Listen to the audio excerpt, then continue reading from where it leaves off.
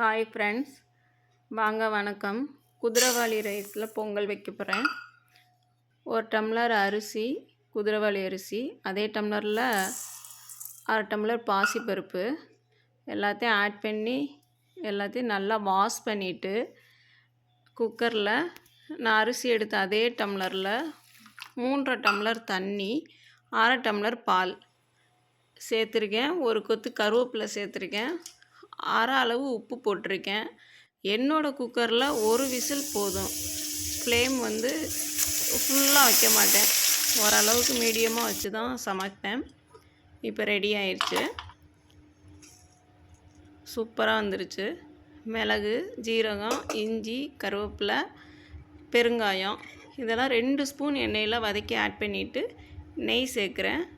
அரை ஸ்பூன் உப்பு சேர்த்துருக்கேன். அவ்வளோதாங்க, பொங்கல் ரெடி ஆயிடுச்சு. நல்லா கிளறி விடலாம். நல்லா கிளறி விட்டுட்டு சட்னி, சாம்பார், உளுந்த வடை வச்சு சாப்பிட்டுக்கலாங்க. சூப்பருங்க.